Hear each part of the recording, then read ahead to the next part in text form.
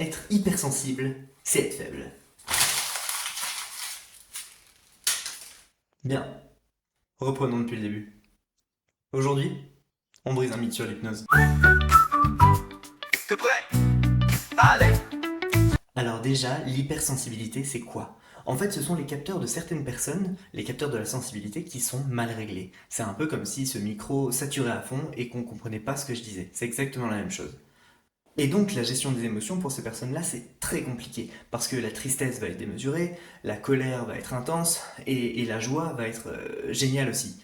Mais on vit dans un monde où malheureusement on s'accroche plus au négatif qu'au positif, et ce monde-là il génère plus de négatif que de positif. Et aujourd'hui, dans la sphère spirituelle, on parle énormément d'hypersensibles. On va aussi associer ça au potentiel intellectuel, au potentiel émotionnel, mais les hauts potentiels et les hypersensibles ne sont pas forcément liés. On peut très bien être hypersensible sans forcément être au potentiel. Moi, je suis un peu hypersensible, mais je suis pas au potentiel.